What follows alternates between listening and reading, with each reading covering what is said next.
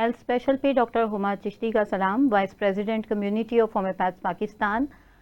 आज नाज़रीन हम जो बात करेंगे वो बहुत ही हॉट इशू है और अब से लेकर आगे 1-2 माह तक जो ये सिलसिला जारी रहता है। जैसा ही बरसात स्टार्ट होती है तो इस किस्म के प्रॉब्लम बहुत ज़्यादा सामने आते हैं।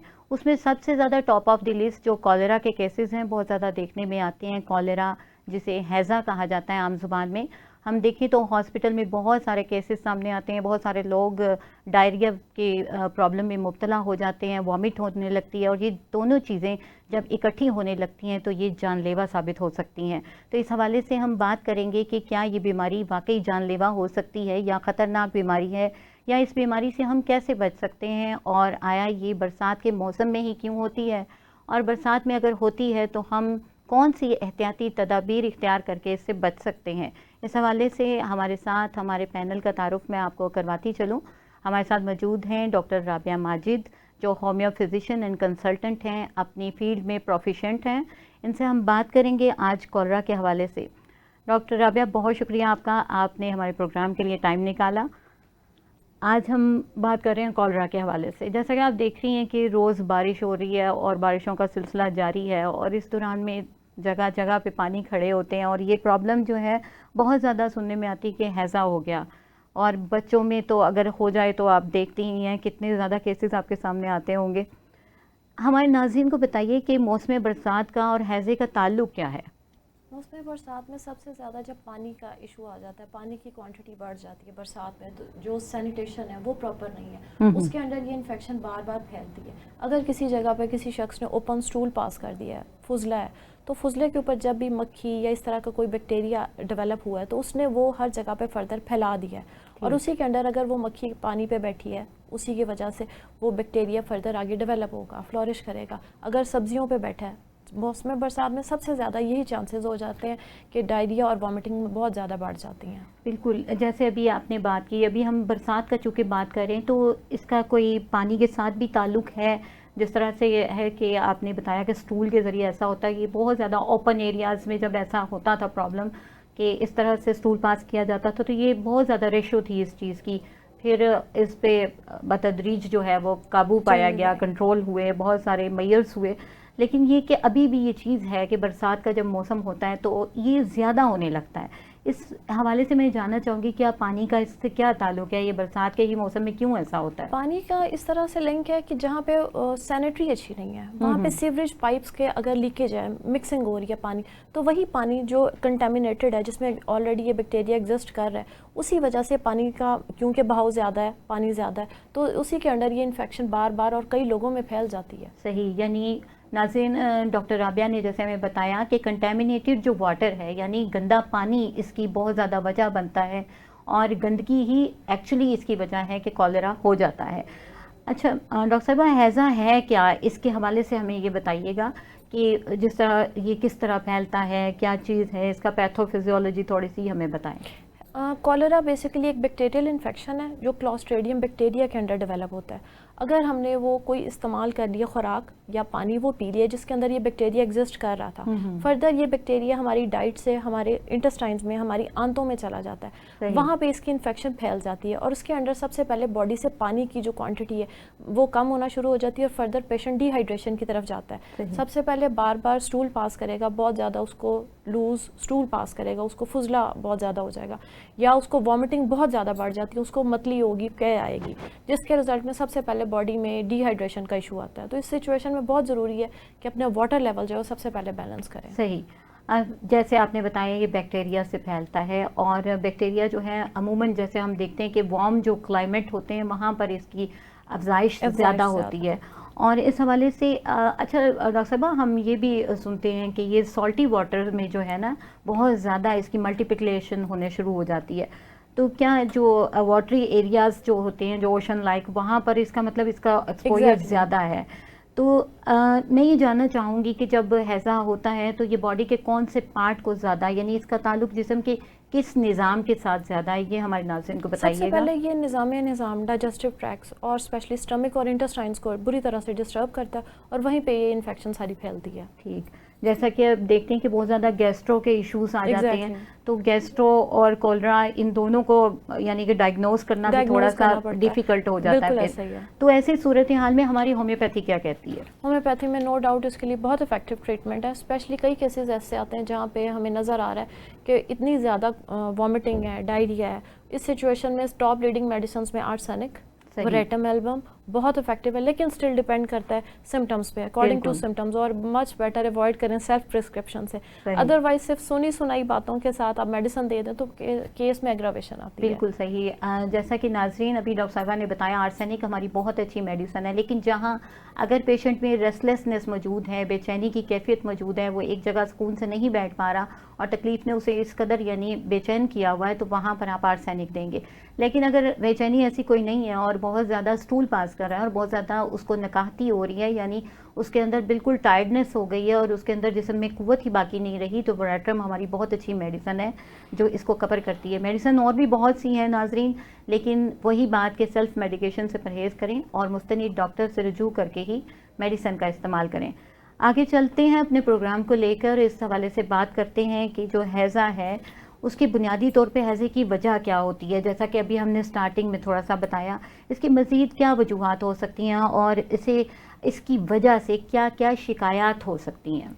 सबसे पहले हैज़ा ज़्यादातर फैलता है कंटामिनेशन की वजह से। अगर पानी इस्तेमाल किया जिसमें वो इन्फेक्शन ऑलरेडी मौजूद थी, अगर कोई ऐसी फल या सब्ज़ी इस्तेमाल की है जिसके अंदर ये बैक्टीरिया एग्जिस्ट कर रहा था, स्पेशली जहाँ पे सैनिटेशन का इशू आ जाता है, सीवरेज का इशू आता है, पानी मिक्स हो रहा है, जैसे पुअर सैनिटेशन का आपने बताया। सबसे पहले पुअर सैनिटेशन, उसके अंदर ये इन्फेक्शन बहुत ज़्यादा फैलती है। पुराने ज़माने में जिस तरह ओपन किसी भी जगह पे फुजला है, उसके ऊपर अगर वो मक्खी बैठी है और वही मक्खी फर्दर अगर किसी पानी पे बैठी है, सब्जी पे बैठी है, वहाँ पे हर जगह पे इन्फेक्शन है ये। लेकिन with the passage of time all दो नो डाउट इसके अंदर बहुत सारी चेंजेस आई हैं, लेकिन अब मक्खी और फुजला उस तरह से एग्जिस्ट नहीं करता और वो मेन रीज़न नहीं है, वो सोर्स नहीं है कि इन्फेक्शन इस तरह फैले। अब further poor sanitation, sanitary pipes, old sewage जो है जो फर्दर सबब बनता है कॉलरा का।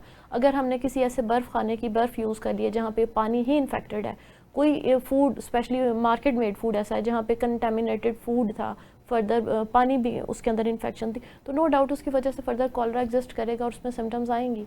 बिल्कुल ठीक। जैसे कि नाज़रीन डॉक्टर राबिया ने हमें बताया कि कंटेमिनेटेड वाटर जो है और पुअर सैनिटेशन बहुत बड़े कॉजेज़ हैं, इसकी वजह से हैज़ा होने के चांसेस बहुत ज़्यादा हो जाते हैं और हैज़ा जब होता है तो उसकी वजह से बहुत सी प्रॉब्लम होती हैं। अच्छा डॉक्टर साहब, एक चीज़ बहुत डेडली भी इसे कहते हैं, बहुत डेडली कॉज कर सकता है, ऐसा हो जाता है, तो क्या ये पर्सन टू पर्सन भी हो जाता है, यानी एक से दूसरे को लग सकता है, कुछ इस किस्म की ही प्रॉब्लम है ये? डेफिनेटली ये कंटेजियस है।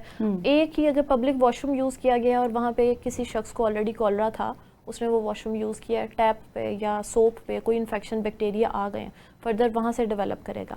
अगर आपने कोई इन्फेक्टेड पानी पी लिया एक घर में अगर है, तो मोस्ट ऑफ द टाइम ऐसे चांसेस हैं कि फिर वहाँ पे पूरी फैमिली में सिम्टम्स डेवलप हो जाती हैं। तो मच बेटर सबसे पहले अगर किसी केस को, किसी शख्स को है, तो उसकी हाइजीन बहुत ज़्यादा मेंटेन की जाए और इसके अलावा घर में स्पेशली सीज़न मानसून सीज़न में बहुत ज़्यादा ख्याल करें पानी का, पानी बॉयल करके यूज़ करें, सब्जियां फल जो भी चीज़ यूज़ करें उसे बहुत अच्छे से वॉश करके यूज़ करें। अच्छा, मैं चाहूँगी आप थोड़ा सा इस हवाले से भी गाइड करें कि होता है कि हम सुनते हैं कि पानी को बॉयल करके इस्तेमाल किया जाए, तो उसको किस तरह बॉयल किया जाए? यानी समटाइम लोग होता है कि उसको बॉयल कर रहे हैं तो बॉयल करते ही जा रहे हैं, उससे बहुत ज़्यादा प्रॉब्लम्स हो जाती हैं, तो इस हवाले से थोड़ा सा गाइड करें। नहीं, सिंपली सबसे पहले ख्याल करें कि आपके पास फ़िल्टर का पानी हो, एटलीस्ट डायरेक्ट टैप वाटर ना हो, फ़िल्टर पानी है और उसको फर्दर आपने एक दफ़ा बॉयल करना है और उसको मुसलसल बॉयल नहीं करते जाना। अगर ज़्यादा टाइम बॉयल करेंगे तो उसके जो मेन इंग्रेडिएंट्स जो इलेक्ट्रोलाइट्स हैं वो वेस्ट हो जाएंगे। सिंपली एक दफ़ा वो जब बॉयल पे आ गया, उसका 100 डिग्री टेम्परेचर हो गया, फिर उसके बाद ऑफ़ कर दें, उसको ठंडा करें और फिर उसके बाद यूज़ करें। बिल्कुल। और आसान, मज़ीद आसान आपके लिए करने के लिए बताती चलूँ कि एक बॉयल जब आ जाता है अच्छे तरीके से तो उसको बंद कर दें। जब आप उसको बॉयल करते रहते हैं, पकाते रहते हैं, तो उसकी जो कंसिस्टेंसी होती है वो हार्ट पेशेंट्स के लिए बहुत ज़्यादा तकलीफ़देह हो जाती है और फिर ये जो है फ़ायदे के बजाय नुकसान हो जाता है। तो इसलिए कोशिश करें, इन चीज़ों का ख्याल रखिए। अच्छा डॉक्टर साहबा, हैज़े का जो बैक्टीरिया होता है वो हमला कैसे करता है, इसके हवाले से थोड़ा बताएं। सबसे पहले वो इंटेस्टाइन्स को डैमेज करता है। इंटेस्टाइन्स में जाके जब वो फ्लोरिश करेगा तो उसने सबसे पहले अपना जो बॉडी में से पानी है वो सारा पानी जज्ब करना है। जब वो पानी जज्ब करना शुरू करता है तो उसके रिजल्ट में बहुत ज़्यादा स्टूल पास करते हैं, बार बार वॉशरूम जाने की टेंडेंसी बढ़ जाती है और फर्दर फिर वॉमिटिंग की तरफ आ जाता है। तो इसी वजह से ये जो इशू है बेसिकली इंटेस्टाइन्स को डैमेज करता है। यानी पर्टिकुलरली कुछ टॉक्सिन्स वो पैदा कर देता है इसके अंदर जाके, और फिर वो तमाम टॉक्सिन्स जो हैं हमारी इंटेस्टाइन्स को ख़राब कर देते हैं। ठीक हो गया। जैसे कि नाज़रीन डॉक्टर साहिबा ने बताया कि इलेक्ट्रोलाइट इम्बैलेंसमेंट हो जाती है, तो यहाँ सबसे ज़्यादा इम्पोर्टेंट बात यह है कि इलेक्ट्रोलाइट जब इम्बैलेंस हो जाते हैं या लॉस कर जाते हैं, यानी हमारी ये बॉडी का वाइटल फ्लूइड है एक्चुअली जो ज़ाया हो जाता है, वेस्ट हो जाता है, और उसके बाद पेशेंट को आप जब देखते हैं तो बहुत ही ज़्यादा कमज़ोरी की कैफियत में आ जाता है, डिबिलिटी हो जाती है बहुत ज़्यादा। तो इस हवाले से जानना चाहूँगी डॉक्टर साहिबा कि जब ऐसी कंडीशन होती है, किसी को कॉलरा हो जाता है, तो उसके इलेक्ट्रोलाइट जब बैलेंस में नहीं रहते हैं, लॉस कर जाते हैं, उसके लिए क्या करना चाहिए? सबसे पहले कोशिश करें उसका वाटर इनटेक ज़्यादा करें, उसकी डाइट में स्पेशली बहुत सॉफ्ट डाइट हो। फर्दर ORS बहुत ज़्यादा बढ़ा दें। ORS की वजह से जहाँ पे ORS के अंदर सारे इंग्रेडिएंट्स हैं, सोडियम है, मिनरल्स हैं, जो उसकी डिहाइड्रेशन को, इलेक्ट्रोलाइट्स को बैलेंस करते हैं। तो इसके अलावा जो भी अगर समटाइम्स की कोई ऐसी सिचुएशन है कि वहाँ पे ORS अवेलेबल नहीं, तो इस तरह की सिचुएशन में लीमू, पानी, नमक और चीनी, इन चीज़ों को मिक्स करके जो लेमनेड है वो इस्तेमाल करवाया जाए। ठीक हो गया। अच्छा डॉक्टर साहब, ऐसा है कि जैसे कि लेमनेड का आपने बताया कि इस्तेमाल होता है, नारियल पानी के हवाले से आप क्या कहती हैं? बहुत ज़्यादा इसके हवाले से भी कहा जाता है कि बहुत ज़्यादा इसमें जो है ना वो होता है, मिनरल्स होते हैं और तमाम वो चीज़ें मौजूद होती हैं जो इलेक्ट्रोलाइट को बैलेंस कर देती हैं। अच्छा, एक चीज़ ये भी होती है कि ऑलरेडी वैसे आपने बता दिया कि बॉयल कर लिया जाए, लेकिन ये कि नाजरीन को बताते चलें, नाज़रीन ऐसा होता है कि ऐसा जब प्रॉब्लम होता है, कॉलरा का पेशेंट होता है या पेट में दर्द की कैफियत होती है, जब मोस्टली ऐसा ही होता है कि स्टूल के साथ साथ पेट में दर्द की शिकायत भी होती हैं, और जब जैसे ही पानी का इंटेक करता है पेशेंट तो उसके पेट में दर्द स्टार्ट हो जाती है, और उसके लिए डॉक्टर साहब ने जैसे बताया कि पानी को बॉयल कर लिया जाए। और मैं आपको ये बताती चलूँ कि कोशिश करें उसमें चंद एक लीव्स जो हैं मिंट के यानी पुदीने के अगर पत्ते आप डाल लेते हैं तो वो बहुत ही ज़्यादा आपके लिए फ़ायदेमंद हो जाता है। इसी तरह इलायची जो आम हमारे घरों में पाई जाती है, सब्ज़ इलायची, छोटी जो इलायची होती है, अगर आप उसका पानी बना लेते हैं बॉयल करते हुए तो वो भी बहुत ज़्यादा फ़ायदेमंद होता है इस सिलसिले में, और तबीयत बेहतर होती है। और डॉक्टर साहब इसमें फ्रूट्स के हवाले से थोड़ा सा गाइड करेंगी कि कौन से ऐसे फ्रूट्स हैं जो बेनिफिशियल हो सकते हैं इस सिलसिले में? स्पेशली केला, नरम ग़िज़ा, क्योंकि इंटेस्टाइन्स में ऑलरेडी इन्फेक्शन है, डैमेज है, कई केसेस में तो इंटेस्टाइन्स में इवन ब्लीडिंग तक आ जाती है, रप्चर हो जाती है। बिल्कुल सही। तो इस सिचुएशन में बहुत ज़रूरी है कि सॉफ्ट नरम ग़िज़ा, दही, चावल, खिचड़ी, कोई भी मुरगन फैटी फूड्स ना शामिल हो। कई केसेस हैं जहाँ पे बच्चों का या बड़ों का ख्याल नहीं किया जाता, स्पेशली डाइट के हवाले से, और उन्हें फैटी फूड, मुरगन ग़िज़ा दी जाती है, जिसके अंदर ये एग्रावेशन इतनी ज़्यादा बढ़ जाती है, सिम्टम्स इतनी बिगड़ जाती हैं कि इवन डेथ तक के कई केसेस रिपोर्ट किए गए हैं। तो इस सिचुएशन में डाइट को मेंटेन करना बेहद ज़रूरी है। बिल्कुल सही आप कह रही हैं, बल्कि बहुत सारे घरों में ऐसा भी होता है अभी, यानी कि ये सिलसिला अगर स्टार्ट है, अगर स्टूल्स का सिलसिला है, डायरिया हुआ है, अगर किसी बच्चे को या बड़े को, वो देखते हैं कि ज़रा बेटरमेंट आई नहीं तो उसको वो रोटी देना शुरू कर देते हैं। तो ये गंदम की रोटी जो है क्या वो ठीक होती है? हमारे नाज़रीन को बताइए। नहीं, हरगिज़ भी नहीं। जहाँ पे ऑलरेडी स्टमक में और इंटेस्टाइन्स में बहुत ज़्यादा इन्फेक्शन है, तो अगर गंदम की रोटी, कोई फैटी फूड, सख्त सॉलिड ठोस ग़िज़ा शामिल की जाएगी तो वो जो स्टमक में और इंटेस्टाइन्स में ज़ख्म है वो बहुत ज़्यादा तेज़ी के साथ बढ़ जाएगा, और उसमें इवन ब्लीडिंग भी शुरू हो जाती है, और फर्दर वो बहुत ज़्यादा, और फिर ना सिर्फ कॉलेरा बल्कि टाइफाइड भी हो सकता है, वो बिगड़ जाता है, कॉम्बिनेशन हो जाएगा डिजीज़ का, और फिर वो ज़्यादा डेडली हो जाएगा। बिल्कुल ठीक। और ऐसा होता है कि नाजरीन ये आम प्रैक्टिस है, घरों में ऐसा होता है कि जैसे ही तबीयत थोड़ी बेहतर होती है तो सॉलिड फूड की तरफ ले आते हैं, अचानक से एकदम से नहीं लेके आना होता। अभी आप देखिए कि अगर किसी को मुस्तकिल डायरिया रहा है और एक हफ्ते से वो मुब्तला है तो कोशिश करें कि पहले उसको ब्रेड पे लेके आएँ। ब्रेड एक सॉफ्ट ग़िज़ा होती है, और उसके बाद जो है वो दलिया वगैरह करते करते राइस लेते हुए और उसके बाद जो है रोटी तक आए। अचानक से रोटी खाना शुरू करेंगे तो फिर वही प्रॉब्लम होगी, और आपकी जो आंतें हैं वो इन्फेक्टेड हो जाएंगी, और उसकी वजह से फिर मज़ीद काफ़ी प्रॉब्लम प्रोलॉन्ग कर जाएगी, और ये जो आम सा प्रॉब्लम है ये फिर क्रॉनिक हो जाएगा। तो इस पर मज़ीद आपसे बात करते हैं, जैसा कि बहुत अच्छा आपने गाइड किया। अच्छा डॉक्टर राबिया, जब ये हो जाता है हैज़ा किसी को, तो उसमें कौन सी सिम्टम्स होती हैं? हो जाता है, या समझें कि हम ये जानना चाहें कि किसी को हैज़ा है तो कैसे पता चले, वो अलामात हमें बताइएगा। सबसे पहले पेट में शदीद दर्द है, कुछ भी अगर आपने खाना खाया तो मैक्सिमम इसका टाइम पीरियड है। कई केसेस में हमें फ्यू आवर्स में 4 to 5 आवर्स के गैप से ही नज़र आ रहा है कि उसमें सिम्टम्स डेवलप हो गई। लेकिन कई केसेस में जहाँ पे किसी भी शख्स की इम्यूनिटी स्ट्रॉन्ग है तो यही सिम्टम्स 4 to 5 डेज़ के बाद भी बॉडी में डेवलप होते हैं। बिल्कुल, यही बिल्कुल मैं रिसर्च में भी देख रही थी, 12 से 18 घंटे के बाद और उसके बाद भी सिम्टम्स जो हैं सामने आते हैं। बिल्कुल सही हो गया।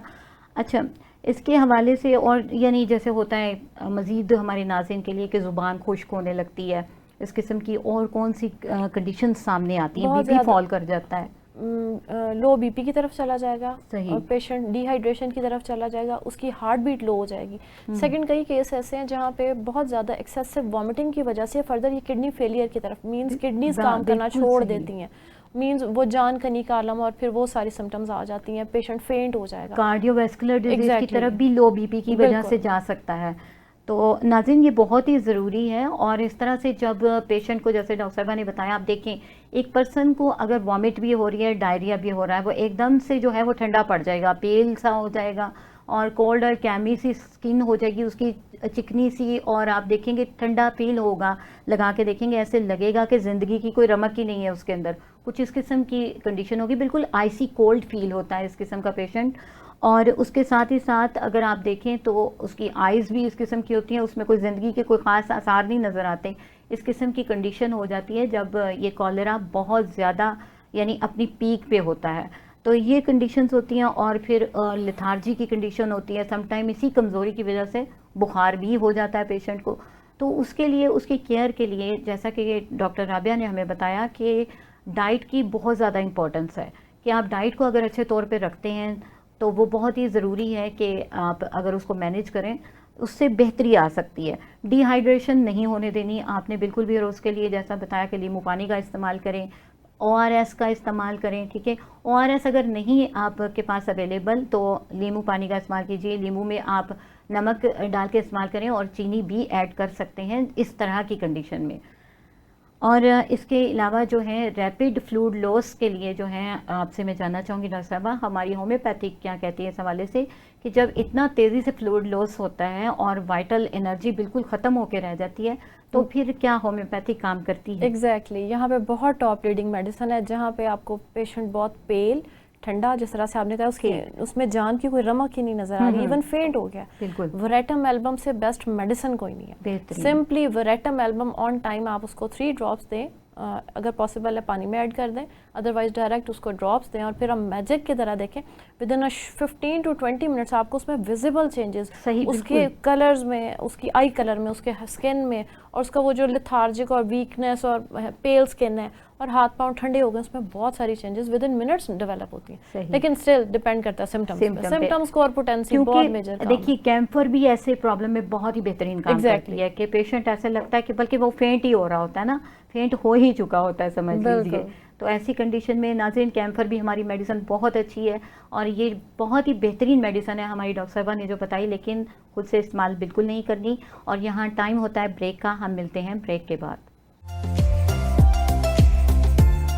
वेलकम बैक नाज़रीन, बात कर रहे हैं कॉलरा के हवाले से और हमारे साथ मौजूद हैं डॉक्टर राबिया माजिद जो अपने फील्ड में बहुत ही बेहतरीन प्रैक्टिस रखती हैं।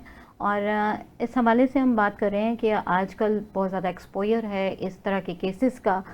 तो बात हो रही थी कि डायरिया अगर हो गया है और ये सिम्टम्स सामने आ गई हैं, हमें पता चल गया है कि इसको कॉलरा की कंडीशन है, तो कॉलरा के हवाले से जानना चाहेंगे कि उसको डॉक्टर साहब ये बताइएगा कि कैसे, यानी कौन सी ऐसी तदाबीर करवानी चाहिए, कैसे केयर करनी चाहिए, उस टाइम हमें क्या करना चाहिए, पेशेंट को किस तरह से डील करना चाहिए? सबसे पहले कोशिश करें उसकी हाइजीन मेंटेन करें, उसका फ्लूइड लेवल जो है उसको मेंटेन करें ताकि वो डिहाइड्रेशन की तरफ ना आ जाए, और उसकी डाइट को मेंटेन करें। ये तीनों पॉइंट्स को तो मैनेज करना बेहद ज़रूरी है।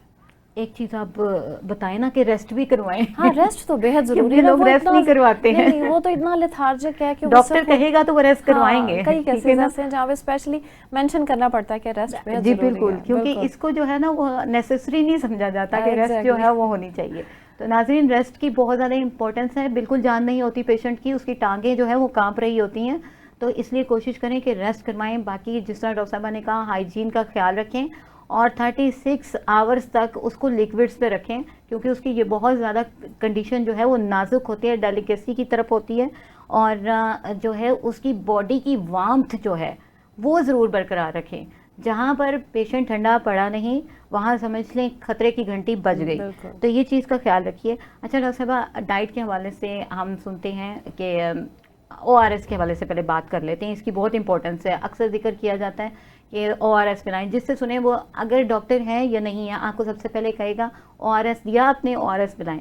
इसकी क्यों इतनी इंपॉर्टेंस है? ORS इलेक्ट्रोलाइट्स को मेंटेन करता है, उसमें सोडियम भी है, उसमें कैल्शियम भी है, पोटाशियम भी है, और उसी के अंडर बहुत सारे इश्यूज, कई केसेस हैं अगर एक्यूट लेवल पे कॉलरा एग्जिस्ट कर रहा है, एक्यूट इन्फेक्शन है, तो वहाँ पे सिंपली कई केसेस हैं थोड़ी सी हाइजीन मेंटेन की है और साथ हमने इसको ORS दिए तो कई केसेस तो वहीं पे रिजॉल्व हो जाएंगे। अगर अर्ली 24 आवर्स से पहले आपने उसको चेक करना शुरू कर दिया और उसको आपने ORS स्टार्ट कर दिया तो वो तो वैसे रिजॉल्व हो जाएगा, लेकिन अगर केस बिगड़ गया तो फिर और प्रिकॉशंस चाहिए। ठीक।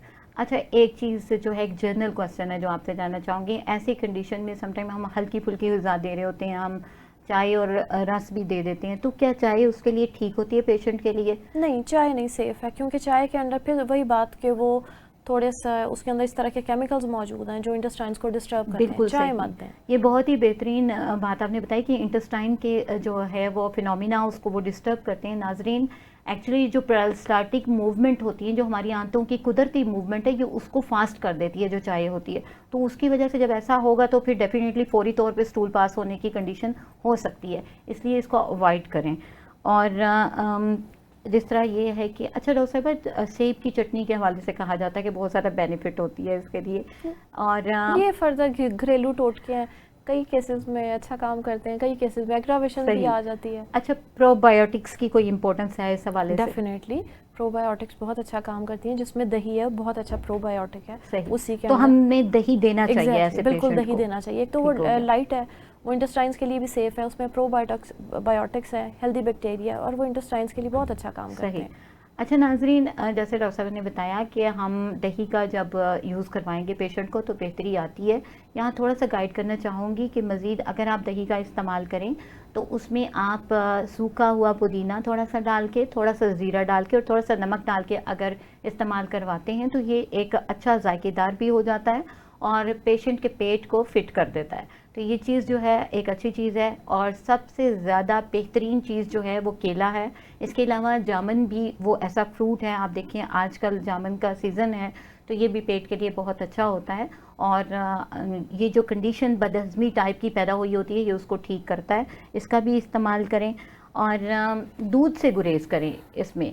क्यों डॉक्टर साहब एग्री करती हैं कि दूध की चीज़ों से क्या इससे भी होता है प्रॉब्लम? बिल्कुल, कई केसेस में एग्रावेशन आती है, मिल्क इंटॉलरेंस की तरफ चला जाता है। और बेकरी आइटम्स, इसी तरह मिर्च मसाले वाली जो ग़िज़ाएँ हैं इनसे भी आप परहेज़ करें क्योंकि ये काफ़ी ज़्यादा प्रॉब्लम कर सकती हैं। अच्छा डॉक्टर साहब, जैसा आपने बताया कि इसके बचाव के लिए हम ये तदाबीर कर सकते हैं। बाकी सबसे ज़्यादा इम्पोर्टेंट तो वही बात है कि बाहर की चीज़ें नहीं खाएं। लोग बाज नहीं आते हैं, ऐसे मौसम में नहीं आते, बल्कि क्या होता है कि जैसे ही बारिश हुई नहीं तो वो समोसे पकोड़े की जो खुशबू होती है ना वो बाहर ले जाती है। तो ये कंडीशन जो है ना काफ़ी वो डेंजरस हो जाती है ऐसे सिलसिले में।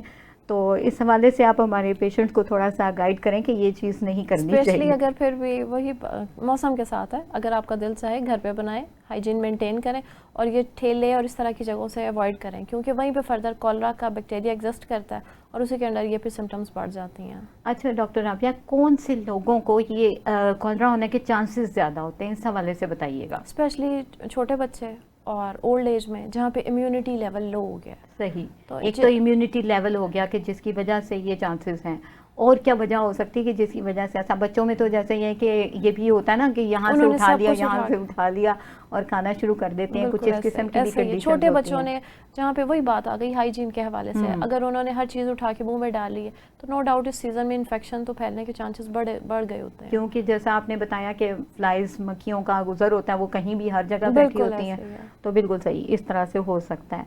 अच्छा, बुज़ुर्ग हजरात को अगर इस तरह की कंडीशन डेवलप कर देती है उसके लिए आप थोड़ी सी एहतियात बताइए कि किस तरीके से उनको ज़्यादा अच्छे तौर पे डील कर सकते हैं हम। स्पेशली उनका डिहाइड्रेशन की तरफ ना जाने दें, उनकी हाइजीन मेंटेन करें, क्योंकि फ़ौरन हॉस्पिटल फिर लेके हॉस्पिटल जाना पड़ता है। कई केसेस हैं जहाँ पे पेशेंट फेंट हो रहा है, बिल्कुल उसके हाथ पांव ठंडे हो रहे हैं। तो इस चीज़ का ख्याल करें कि अगर कोई खुदा ना खास्ता वो बेहोशी की तरफ जा रहा है, तो हमारी ऑल अराउंड एक बड़ा कॉमन सा मेथड है कि उस टाइम उसके हाथ पांव रब करना शुरू कर देते हैं। कभी भी उसके कोई पेशेंट जो बेहोशी की जानिब जा रहा है उसके हाथ पांव मत रगड़ें। सही। वो इस सिचुएशन में, क्योंकि हमारा उस टाइम जो बॉडी का सारा ब्लड है वो ब्रेन की तरफ होता है, बॉडी के जो वाइटल ऑर्गन्स हैं उनको सपोर्ट कर रहा है। लेकिन अगर हम उसके हाथ और पाँव रब करना शुरू कर देते हैं, तो इस सिचुएशन में जो ब्लड सर्कुलेशन है वो टुवर्ड्स हमारी बॉडी के वाइटल पार्ट से हट के हमारे हाथों और पाँव की जानिब आ जाती है। अगर कोई भी पेशेंट कभी बेहोश हो रहा है तो इस सिचुएशन में सबसे पहले ज़रूरी है कि उसका सर नीचे कर दें और उसके पाँव ऊंचे कर दें, ताकि उसकी जो ब्लड सप्लाई वो सारी ब्रेन और हार्ट की जानिब आ जाए, क्योंकि उस टाइम उन ऑर्गन्स को प्रोटेक्ट करना और वहाँ पर ब्लड सप्लाई मेनटेन करनी बेहद ज़रूरी है। कभी भी बेहोशी की हालत में जाते हुए पेशेंट के हाथ और पाँव कभी भी मत रब करें। तो इन चीज़ों का ख्याल ये करें। बहुत ही इम्पोर्टेंट पॉइंट है जो आपने यहाँ पर एलिवेट किया, इसको बहुत ही बेहतरीन। क्योंकि नाजरीन, मैं ये बताना चाहूँगी कि ये वो गलती है जो आप क्या फिल्म्स में, क्या ड्रामास में, हर सीन में आप ये देखते हैं कि जैसे ही कोई फेंट होता है उसके हाथ पाँव का मसाज शुरू कर दिया जाता है, उसको मलना शुरू कर दिया जाता है कि ये जल्दी से होश में आ जाए। ये बिल्कुल तरीका गलत है, ऐसा हरगिज़ नहीं करना चाहिए। आपके पास कोई भी पर्सन बेहोशी के आलम में अगर जाता हुआ आपको नज़र आता है या फेंट होते हुए नज़र आता है कि इस किस्म की कंडीशन है कि वो मदहोश हो रहा है और होते होते बेहोश हो गया पेशेंट, तो आपने क्या करना है, सबसे पहले यही बात कि आपने उसकी लेग्स जो हैं एलिवेट कर देनी है, उनको रेज़ कर देना है 90 डिग्री के एंगल तक जो है ना। आप अगर रेज़ करते हैं 90 नहीं तो 180 डिग्री का ये एंगल जो है ना बनाना होता है। इतना फौरी तौर पे आप देखेंगे कि सर को जब नीचे करते हैं और लेग्स को थोड़ा सा एलिवेट करते हैं जब आप इस तरह, तो पेशेंट की जो है वो बेहोशी की कैफियत ठीक हो जाती है, वो होश में आना शुरू होता है। ये चीज़ सबसे इम्पॉर्टेंट है, क्योंकि डिस्टल पार्ट्स जो हैं, जो हमारी बॉडी के दूर के इलाके जाते हैं, जैसे कि हमारे हाथ, हमारे पाँव, इन पे जो है खून की सर्कुलेशन पहले ही थोड़ी सी कम होती है, और जब इस तरह की कंडीशन होती है तो वो बिल्कुल ही लो हो जाती है। और जैसे डॉक्टर साहबा ने बताया कि जो एक बुनियादी गलती सब लोग करते हैं कि हाथ पाँव का मसाज शुरू कर देते हैं, उससे क्या होता है कि वो ब्लड सर्कुलेशन जो लेग्स की तरफ जानी चाहिए थी, या वो जो हाथों से होती हुई हमारे ब्रेन की तरफ जानी चाहिए थी, वो वहाँ नहीं जाती, बल्कि क्या होता है कि हमारे बाजुओं में आके हमारे हाथों में आ जाती है, और वो सारा जो है ख़तरनाक हो जाता है सिलसिला। तो ये बहुत ही एक इम्पॉर्टेंट किस्म की जो है बात है, जो मैं समझती हूँ कि सबको पता होना चाहिए इस हवाले से, क्योंकि ये एक ऐसा इशू है जो किसी के भी सामने कभी भी हो सकता है। किसी भी प्रॉब्लम के हवाले से बेहोशी की कैफियत सामने आ सकती है। लो बीपी किसी का होता है तो तब भी ये कंडीशन हो जाती है। तो ये एक बुनियादी यानी रूल है जो सबको पता होना चाहिए, जिससे आप पेशेंट का दिमाग ज़ाया होने से बचा सकते हैं, उसके दिल को ज़ाया होने से बचा सकते हैं, क्योंकि ये वो वाइटल ऑर्गन्स हैं कि जहाँ ब्लड सप्लाई अगर नहीं जाती तो इनके फेल होने के चांसेस हो सकते हैं। बहुत ही बेहतरीन बात आपने बताई, और मैं समझती हूँ कि इस प्रोग्राम की वसातत से आज बहुत सारे लोगों ने ये बात सीखी होगी, जिसकी एक गलती हमेशा होती रहती है। और इसको सबसे ज़्यादा टीवी में और कई प्रोग्राम्स में दिखाया जाता है कि जैसे कोई बेहोश हो रहा है उसके सबसे पहले हाथ, इसीलिए मैंने कहा ना, वो फिल्म्स में, ड्रामास में आप देखें ऐसा होता है कि किया जाता है, तो ये बहुत बुनियादी गलती है। अच्छा, हमने ये बात की कि इस तरह से होता है। अच्छा डॉक्टर साहब, क्या इससे वाकई डेथ भी हो जाती है? एग्जैक्टली, जब पेशेंट का ब्लड सप्लाई दिल की तरफ नहीं जा रहा, उसके ब्रेन को ब्लड सप्लाई नहीं जा रहा, तो डेफिनेटली कई केसेस में तो पेशेंट पैरालिसिस की तरफ चला जाएगा, और कई केसेस में फर्दर फिर डेथ भी हो जाती है। यानी जब ब्लड सप्लाई रुक हो सकता है। बिल्कुल ऐसा ही है। सही। अच्छा, अब पॉसिबल जो चीज़ें हो सकती हैं उनके हवाले से आप थोड़ा थोड़ा बताइएगा फिर से हमारे नाज़रीन को वाज़िया करने के लिए कि कौन कौन सी प्रॉब्लम्स यानी कॉम्प्लिकेशन सामने आ सकती हैं जब इस तरह की कंडीशन हो जाए जो कि खतरे की तरफ जा रही हो। किडनी फेलियर, हार्ट फेलियर की तरफ, और बहुत सवेयर अगर एग्रावेशन है फिर डेथ की तरफ। अदरवाइज़ जो लो लेवल है वहाँ पे इसके साथ टाइफाइड डेवलप हो सकता है, फीवर है, और कई केसेस में फिर ये इतना ज़्यादा क्रॉनिक हो जाता है कि फिर वो फूड कई टाइम पे पेशेंट उसको अच्छे से डाइजेस्ट कर ही नहीं सकता, लैक्टोज टॉलरेंस की तरफ या डेयरी इंटॉलरेंस की तरफ चला जाता है। सही। अच्छा, और ये नाज़रीन आपको बताती चलूँ कि इसकी रेशो इतनी ज़्यादा है, एनुअली 1.5 मिलियन से लेकर 400 मिलियन तक लोग इसका शिकार होते हैं और कॉलरा होता है। ये एनुअल कंडीशन है इसकी। तो इस हवाले से यही कहूँगी कि एहतियात सबसे अच्छी चीज़ होती है। जैसे डॉक्टर साहबा ने बताया कि आजकल का मौसम है, ठीक है, हम बारिश से इंजॉय करते हैं और अच्छा लग रहा होता है, लेकिन जब पानी खड़ा होना शुरू हो जाता है और वह कंटेमिनेशन आती है सीवरेज सिस्टम के मिक्सअप हो जाने की वजह से और नाकस निज़ाम होने की वजह से, निकासी का प्रॉपर जो निज़ाम नहीं है, उसकी वजह से क्या होता है कि ड्रेनेज जो हैं वो अक्सर मिक्सअप कर जाते हैं पानी, और आप देखें कि घरों में भी जो है वो स्मेल वाला पानी आ रहा होता है। और उसकी वजह से क्या होता है कि जब वो पीते हैं, और ये भी चीज़ होती है कि बहुत सारे इलाका जात में पानी मुयस्सर नहीं होता, तो फिर यानी कि ना चाहते हुए भी पेशेंट्स को वो पानी पीना पड़ता है, या तमाम लोगों को वो पानी पीना पड़ता है, और उसकी वजह से फिर एक्सपोजर होता है इस किस्म का, और ये कॉलरा वबा की शक्ल इख्तियार कर लेता है। जैसा कि पुराने टाइमों में ऐसा होता था कि बहुत ज़्यादा एक प्रॉब्लम होती थी और वो इतनी प्रिवेल करती थी कि बस्ती की बस्ती जो है वो उसमें, और गांव का गांव जो है वो उसका शिकार होता था और बहुत सारी डेथ हो जाया करती थी। अब चूँकि डेवलपमेंट ज़्यादा हो गई है, तो सिलसिला ये है कि जहाँ इतनी सारी चीज़ें चेंजिंग आई है, तरक्की हुई है, तो उसको इस्तेमाल करते हुए बेहतरी की तरफ आना चाहिए। प्रोग्राम की वसातत से मैं ये पैगाम देना चाहूँगी कि जो पुअर सैनिटरी का सिस्टम है, काइंडली इसकी तरफ जो हुकूमत है वो तवज्जो करे, क्योंकि इसकी वजह से बहुत सारे लोग जो हैं वो बीमारियों का शिकार होते हैं। ना सिर्फ कॉलेरा बल्कि टाइफाइड होता है और पेट की बहुत सारे मसाइल हैं, गैस्ट्रो का शिकार रहते हैं लोग, और ये तमाम प्रॉब्लम्स जो हैं बहुत सारी तकलीफ़ों का बायस बनती हैं। तो ये एक अहम मैसेज है जो मैंने देना चाहा कि ये होना चाहिए। और दूसरी बात यह है कि अच्छा डॉक्टर साहबा, नींद बेहोशी की अगर कैफियत हो जाती है, जैसा हमने बात की कि इस तरह से होता है, हमारी कोई मेडिसिन इस सिलसिले में हो जो कि उस वक्त हम दे सकते हो, क्योंकि देखिए पर्सन तो बेहोश हो रहा है, उसके लिए अब हम क्या करेंगे? होम्योपैथी को तो लोग समझते हैं उस वक्त कुछ भी नहीं है। होम्योपैथी से अच्छी मेडिसिन कोई सिस्टम नहीं है जो उसको एकदम से all of a sudden support करे।